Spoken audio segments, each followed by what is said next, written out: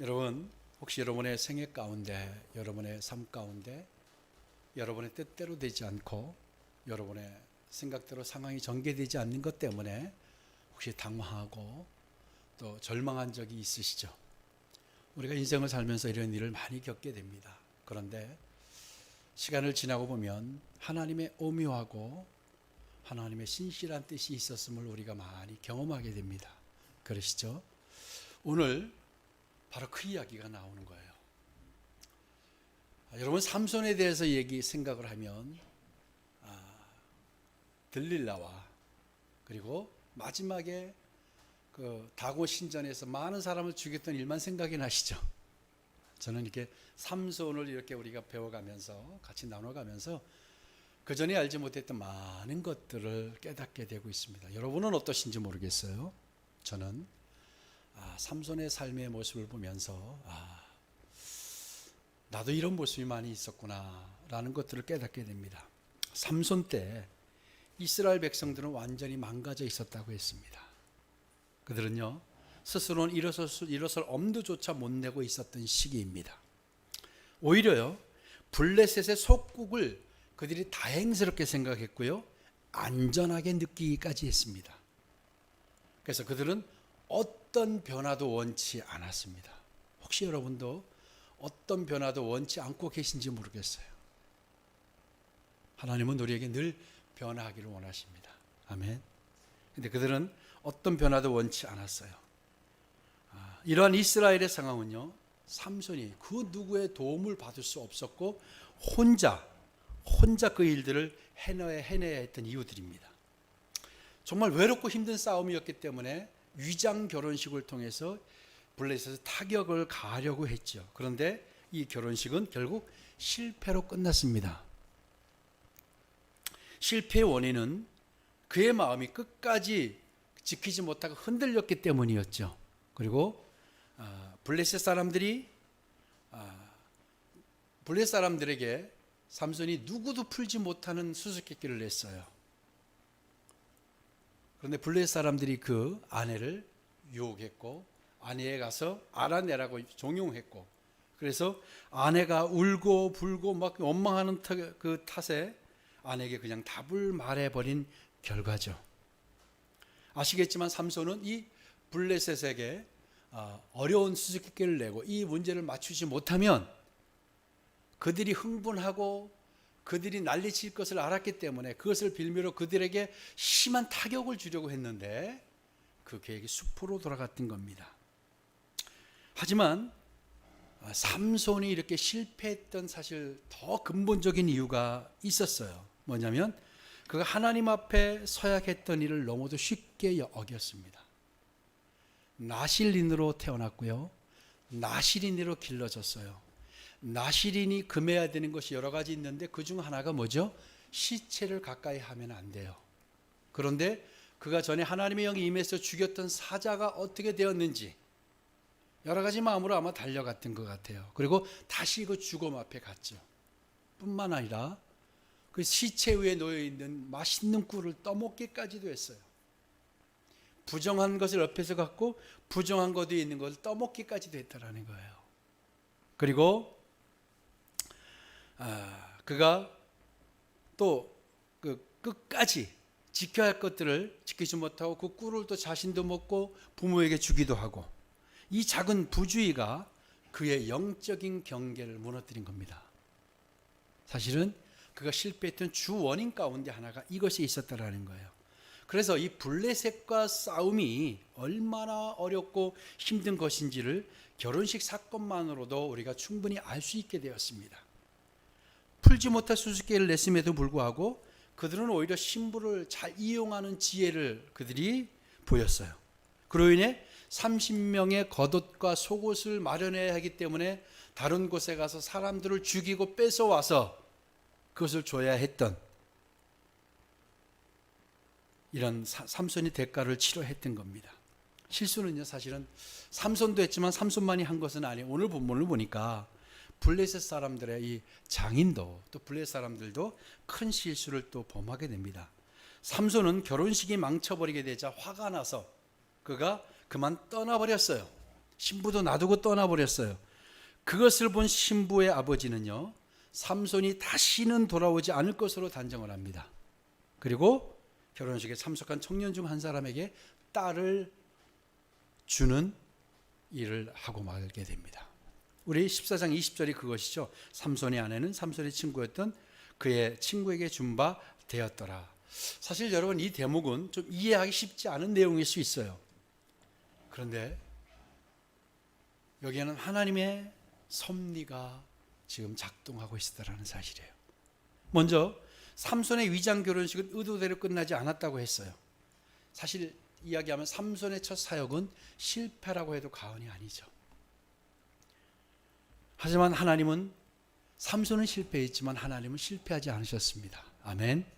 하나님께서는 블레셋 사람들의 교만과 그들의 오만과 그들의 우월감과 자만을 사용하여서 합법적으로 블레셋을 칠 수 있는 빌미를 만들어주고 계셨습니다. 그것이 바로 오늘 20절의 사건이었던 거예요. 삼손의 장인은 결혼식이 파행이 되자 신부를 한 청년에게 주었다고 했어요. 삼손의 장인이 왜 그랬을까요? 우선 삼손이 변절되었다고 단정해 버렸죠. 그 일로 결혼식의 취소를 받아들일 수가 없었어요. 그리고 그때 그것으로 인해서 얻게 될 수치를 면하여야 했습니다. 그러다 보니까 어떤 식으로든지 이 위기를 넘어가야 됐기 때문에 딸을 주게 됩니다. 이 일은요, 결국 삼손이 블레셋을 치고 이스라엘을 구원하기 시작하는 중요한 계기를 제공하게 되었던 겁니다. 하나님의 개입이 아니고서는 설명되지 않는 부분입니다. 아무리 오만하고 자만하고 그렇다 할지라도 자기의 딸을 다른 사람에게 결혼식 날 주는 것이 쉽지 않은 일이죠. 그들의 오만과 그들의 자만을 하나님은 사용하셨어요. 삼손 장인의 이런 행위가 가능했던 이유는요, 무엇이 있었을까요? 이스라엘과 삼손을 아주 우습게 생각하고 하찮게 여겼던 마음이 그들 가운데 있었어요. 그리고 그렇게 이제 문제는요, 얼마의 시간이 흐른 뒤에 삼손이 마음을 돌이켜요. 그리고 아내를 만나기 위해서 선물까지 준비하고 나타나면서부터 시작됩니다. 그게 바로 15장 1절인데요. 1절을 다시 한번 보겠습니다. 얼마 후 밀 거둘 때에 삼손이 염소 새끼를 가지고 그의 아내에게로 찾아가서 이르되 내가 방에 들어간 내 아내를 보고자 하노라 하니 장인이 들어오지 못하게 하고. 여러분, 삼손은요, 이 이야기를 듣고 아마 흥분을 가라앉힐 수 없었을 거예요. 그죠? 얼마나 놀랬겠습니까? 전에 자신을 속였던 아내를 이제 용서하고자 하는 마음에 달려왔어요. 그런데 자신의 아내가 다른 남자의 아내가 돼 있었다는 거예요. 사실은 삼손이 왜 내려왔을까요? 정확히 성경에서 얘기해봤지만 전개되는 이야기를 보고 삼손의 성정을 봐서 우리가 좀 짐작을 할 수 있을 것 같아요. 여러분, 삼손의 생애를 보면 삼손이 여자의 굉장히 유혹에 약했던 남자예요. 알고 계시죠? 여기 앉아 계신 여러분들은 어떠세요? 굉장히 강하시죠? 여자의 유혹에 절대 약하지 않으시죠? 아무도 대답을 안 하시네요. 삼손은 굉장히 여자에게 약했던 것 같아요. 그래서 이제 지나고 보니까 또 그 여인에 대한 마음이 좀 달라지지 않았을까. 그래서 염소 새끼까지 이제 가지고 간 거잖아요. 근데 또 한편에는 삼손이 다른 것을 계획을 하고 또 다른 것을 계획하고자 다른 것을 할 필요 같다고 저는 생각을 합니다. 단순히 여자가 그리워서 간 것은 아니고 아마 그랬던 것 같아요. 그 이후의 행적이 그것을 말해줍니다. 자, 이제 그러고 갔는데 염소 새끼, 사실 염소 새끼는요, 염소는 그 유목 생활을 하던 이스라엘에게는 굉장히 중요한 재산 가운데 하나고, 중요한 제사를 한다거나 중요한 행사를 할 때 염소를 잡았다고 해요. 그렇다고 한다면 아주 귀중하게 여겼기 때문에 염소 새끼를 데리고 갔던 거예요. 자, 장인이 삼손이 나타난 걸 보고 정말로 놀랄 수밖에 없어. 얼마나 놀랬겠습니까? 그렇죠? 보십시다. 우리 한번 3절을 한번 볼까요? 2절을 볼까요?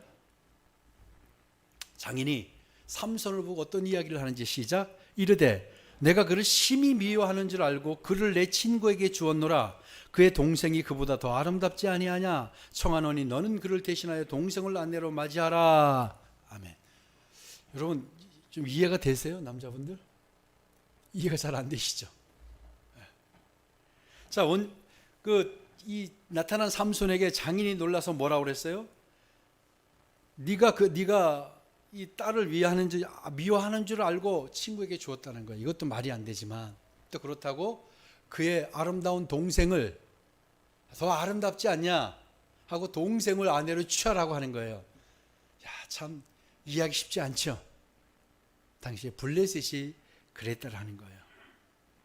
그런데 이 이야기를 자세히 들어보면 이 장인이 이 모든 일을 누구의 탓으로 돌리고 있어요? 삼손의 탓으로 돌리고 있어요. 내가 그를 미워하는 줄 알고 갔기 때문에. 여기서 블레셋 사람들이 어떠한가, 어떤 사람들이었는가를 우리가 볼 수 있습니다. 그리고 당시 블레셋이 이스라엘을 어떻게 취급했는가, 이스라엘 사람들을 어떻게 생각했는가를 알 수 있는 대목이기도 합니다. 그들은요, 민족적 우월감에 젖어서 이스라엘쯤은 아무렇지도 않게 해도 된다라고 생각했던 것 같아요. 그리고 사실 여러분, 결혼은 이미 거룩한 서약에 의해서 이루어졌던 일이었었습니다. 거기다 결혼 지참금까지 다 지급되었었습니다. 그럼에도 불구하고 쉽게 없었던 일로 여겼어요. 그리고 이제는 이 상황을 무마하고자 자신의 딸을 또 주겠다고 이 가문이설로 그를 흔들기 시작합니다. 그러니까 자신의 딸을 타협의 대상점으로 쉽게 여겼다라는 거예요. 그래서 동생이 그보다 더 아름답지 아니하냐라고 그를 꼬드겼는데요. 저는 이 이야기를 왜 했을까 생각해요. 사실 삼손이 어떤 사람인지 알지 않았을까. 그래서 동생이 훨씬 더 아름답지 않냐. 이와 같은 우리 이야기를 성경에서 우리가 볼 수 있는데요. 여러분, 야곱과 외삼촌 라반을 아시죠? 라헬을 흠모해서, 둘째 딸을 흠모해서 열심히 해서 약속한 대로 결혼을 하고 첫날 밤에 들어갔는데 그날 아침에 보니까, 다음날 보니까 레아였죠. 큰딸이었죠. 얼마나 놀랐겠어요. 그렇지만 이게 자신의 지역의 풍습이라고 이야기하고 또 일을 해라, 또 일을 하면 라헬을 주겠다, 이런 흥정을 했죠. 근데 사실은 야곱과 라반은 그래도 라헬을 취하게는 했습니다. 그런데 지금은 동생을 취하라는 거예요. 그런데 여러분, 이 유혹은요, 사실 무섭고도 유효적절할 수도 있었다고 생각합니다. 왜냐하면 삼손이 여자에 약했기 때문에 이것에 분명히 삼손이 넘어갈 수도 있었어요. 그런데 삼손이 이번에는 무너지지 않아요. 전에는 무너졌는데 이번에는 무너지지 않습니다. 그리고 오히려 원래 목적대로 블레셋을 합법적으로 칠 좋은 명분이 생기게 되었다고 그가 생각을 합니다.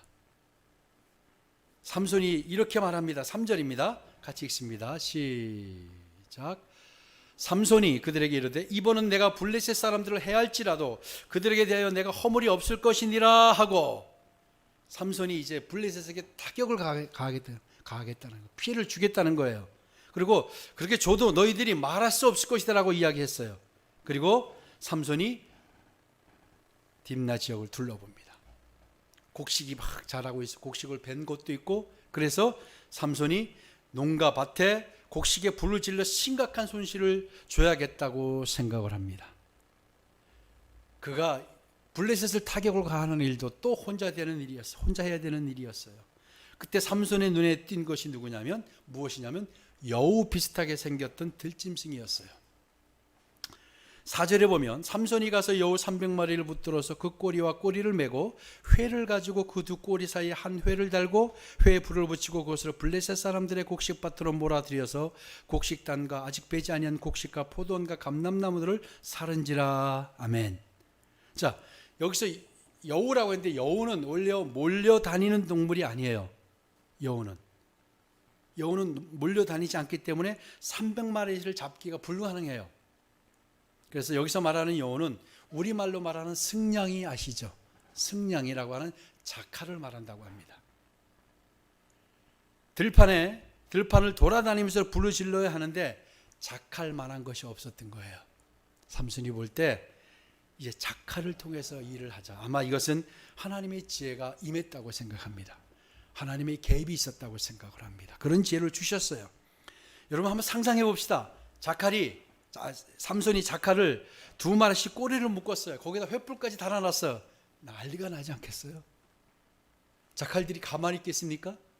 날뛰고 이리저리 날뛰고 난리가 날 겁니다. 그걸 300마리면 150물이잖아요. 그거를 한번 여러분 들에 풀어놨다고 생각해 보세요. 아마 난리가 날 일이었죠. 그리고 여기저기 돌아다니고 놀라고 그들이 불이 막 붙는 것 같고, 그래서 배우는 곡식단에 숨어 들어가질 않나, 포도원과 감람나무를 찾아가질 않나, 아주 들판에 다 태워버린 거예요. 난리가 난 거죠. 여러분 엄청난 일이 벌어졌죠. 우리는 여기서 귀중한 것 하나를 깨닫게 됩니다. 여러분, 비록 누구 하나 삼손을 도울 수 없는 상황이었음에도 불구하고 하나님이 함께 하신 일은 수백 명이 한 것보다 훨씬 큰 타격을 주었다라는 겁니다.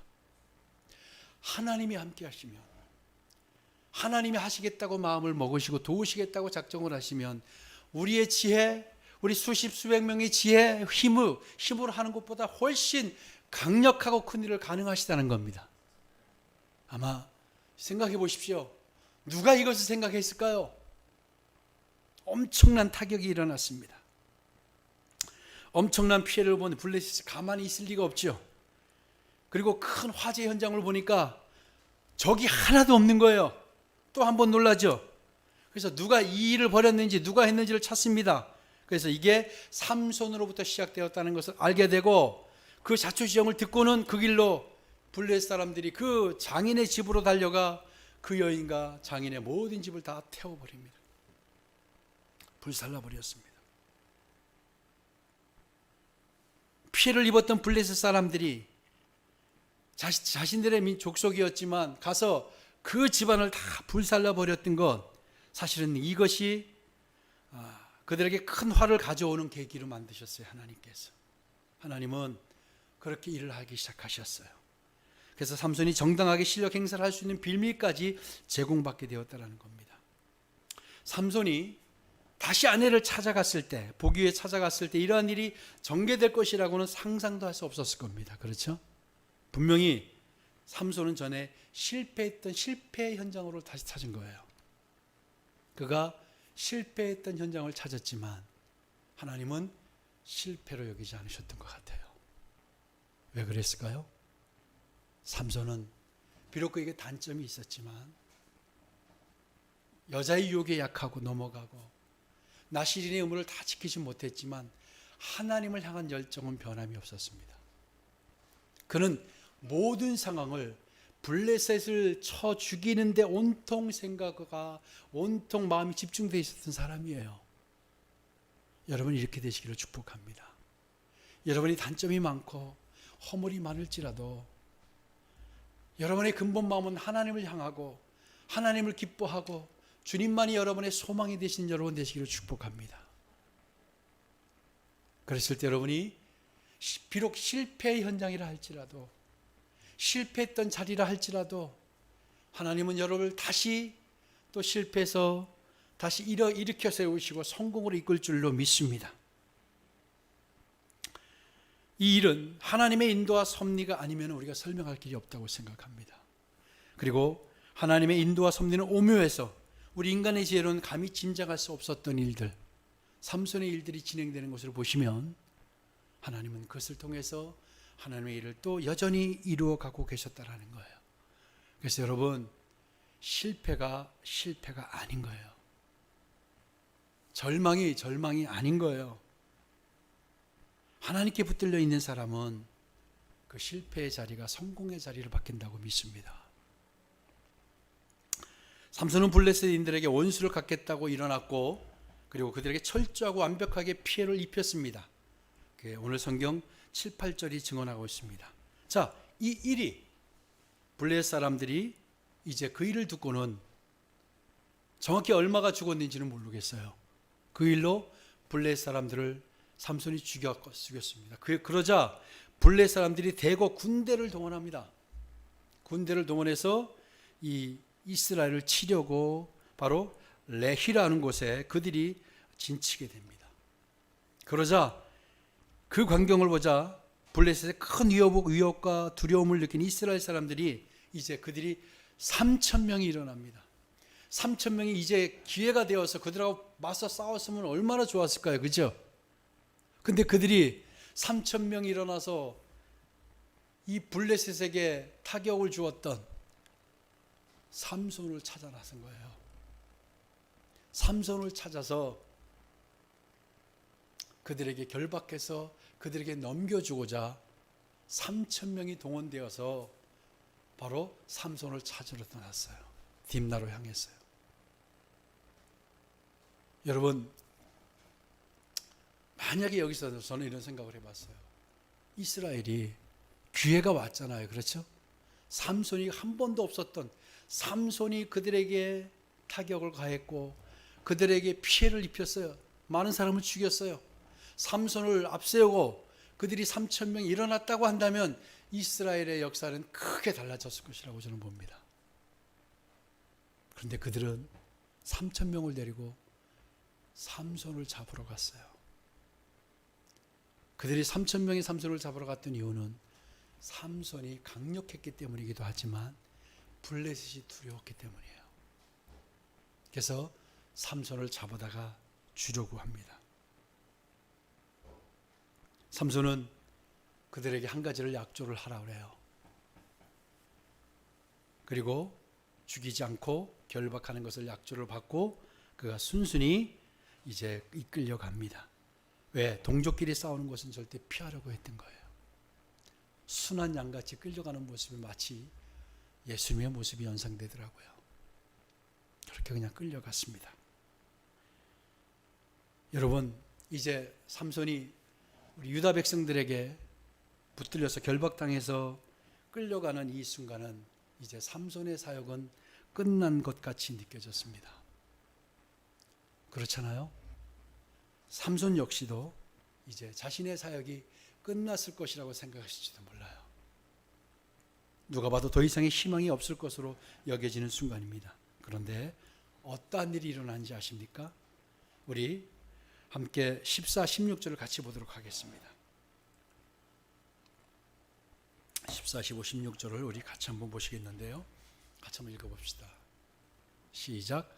삼손이 레이의 이름에 블레셋 사람들이 그에게로 마주 나가며 소리 지를 때 여호와의 영이 삼손에게 갑자기 임하심에 그의 팔 위에 밧줄이 불탄 삼과 같이 그의 결박되었던 손에서 떨어진지라. 삼손이 나귀의 새 턱뼈를 보고 손을 내밀어 집어들고 그것으로 1,000명을 죽이고 이르되 나귀의 턱뼈로 한 더미 두 더미를 쌓았으며 나귀의 턱뼈로 내가 1,000명을 죽였도다 하니라. 아멘. 놀라운 일이 벌어졌어요. 모두가 끝났다고 생각을 했고 이제 삼손 역시도 그렇게 생각했더니 이때에 하나님은 삼손에게 엄청난 힘을 주십니다. 그리고 그들을 아마 유다 백성들이 보지 않았을까요? 그들을 1,000명을 나귀 턱뼈 하나로 1,000명을 죽여버렸더라는 거예요. 엄청난 일이 벌어졌습니다. 여러분, 삼손이 딥나에 처음 내려왔을 때만 해도 이런 일이 벌어질 거라고 하는 것 상상도 못했고요. 그의 결혼 작전이 실패로 돌아갔고 또 이렇게 진행되는 모든 과정을 보면서 그가 아마 상상을 못했던 일들이 벌어진 거죠. 저는 하나님은 이렇게 오묘하게 신비롭게 인도하실 줄로 믿습니다. 우리의 삶도 마찬가지입니다. 우리 가정의 현실, 우리 교회의 상황, 하나님이 어떻게 하실지 우리가 알 수 없는 일입니다. 우리가 지금의 모습만을 보시고 우리가 앉아있고 무너질 이유가 없습니다. 비록 코로나가 우리를 힘들게 하고 우리 집사님이 기도하셨듯이 우리가 교제까지도 우리를 막아놓고 복음까지도 막아놓는 이 시기입니다. 그러나 하나님은 지금도 일하고 계십니다. 하나님 지금도 하나님은 일을 하고 계시고 하나님은 다음 시즌을 열어가고 계신다고 믿습니다. 실패의 자리가 실패가 아니라는 거예요. 우리는 그것이 어려움이고 더 이상 소망이 없는 것이 느껴졌지만 삼손도 미처 생각하지 못했을지라도 하나님은 정말로 신비롭게 오묘하게 인도하셔서 오늘 엄청난 타격을 바로 블레셋에게 주었던 겁니다. 이 일은 블레셋이 두려움을 떨었겠지만 또 유다에게는 소망이 되지 않았겠습니까? 하나님이 함께 하신 현장이 되었습니다. 어떻게 그럼 이런 일이 가능했을까요? 어떻게 삼손에게 이런 일이 가능했을까를 우리가 한번 결론적으로 좀 보고 싶습니다. 삼손의 행적을 따라가면 그것을 알게 됩니다. 결혼식이 실패로 끝났던 이유는 분명히 있었죠. 바로 그가 나실인의 서욕을 어기고 시체를 가까이 했고 시체에 있는 꿀을 떠먹기도 했고 그리고 아내의 간청에 그 큰일을 앞두고 중요한 비밀을 말해버렸던 이유까지 더했습니다. 그런데 그렇게 무너졌었는데 이번에는 그가 유혹을 피하기 어려워 보였는데 그가 유혹을 이겼어요. 비록 전에는 무너졌지만 그가 이번에는 무너지지 않고 이것이 하나님이 함께 하시고 하나님이 일을 해나가시는 그 사실을 감지합니다. 그래서 그것을 가지고 그가 다시 한번 전화위복의 계기로 삼죠. 그가 이번에 유혹에는 무너지지 않았다라는 거예요. 여러분, 우리가 삼손처럼 전에 많이 무너졌을 거예요. 하나님과 서약한 것도 못 지킨 경우도 있었을 것이고 하나님께 기도한 것도 우리가 제대로 하지 못하고 했던 일이 많을 거예요. 그렇지만 우리 앞에 다시 다가온 유혹을 삼손과 같이 이겨내기를 축복합니다. 우리 앞에 새로 다가올, 새로 있을, 지금 있는 이 코로나 또 여러 가지 상황들 이것들이 우리를 힘들게 하고 짓누르고 있지만 여러분 무너지지 않기를 축복합니다. 타협하지 않고 일어납시다. 그럼 우리가 상상할 수 없었던 일로 하나님은 우리 앞에 이 일들을 열어가실 겁니다. 여러분 기대합시다. 하나님 우리를 이끌어 가실 것을 기대합시다. 우리 사업체를, 우리의 가정을, 우리 자녀들을, 우리 교회를, 나를 인도해 가실 것을 기대합시다. 그리고 이번 주간 여러분 유혹과 타협 앞에 무너지지 않기를 축복합니다. 그러면 삼손에게 임했던 하나님의 영이 우리에게 임할 줄로 믿습니다. 우리도 일어설 줄로 믿습니다. 놀라운 일이 우리 안에 열어질 줄로 믿습니다. 혹 실패하고 뜻대로 되지 않고 계획대로 진행되지 않는 상황을 여러분 맡고 계실지도 모릅니다. 그러나 여러분 그 자리, 그것이 여러분의 실패 자리, 힘들다고 느끼는 자리가 바로 하나님이 역사하실 자리임을 믿으시기 바랍니다. 우리는 포기하고 우리는 무너질지라도 하나님의 생각은 하나님 무너질 마음이 없으십니다. 아멘. 하나님 그것을 실패라고 보지 않으십니다. 우리가 실패한 그 현장이, 우리가 무너진 현장이 하나님이 일하는 자리임을 기억하시기 바랍니다. 그리고 우리를 돌아보시고 견뎌내고 믿음으로 완주해 나갑시다. 그러면 삼손에게 일어났던 일이 우리에게 일어나지 말란 법이 없다고 믿습니다. 그 하나님, 우리가 믿는 하나님입니다. 동일한 하나님입니다. 그러면 우리의 삶에도 동일하게 시대는 다르지만 상황은 다르지만 역사하실 줄로 믿습니다. 여러분 삶의 현장에 바로 이것이 풀어지기를 기도합니다. 우리 같이 한번 기도하겠습니다.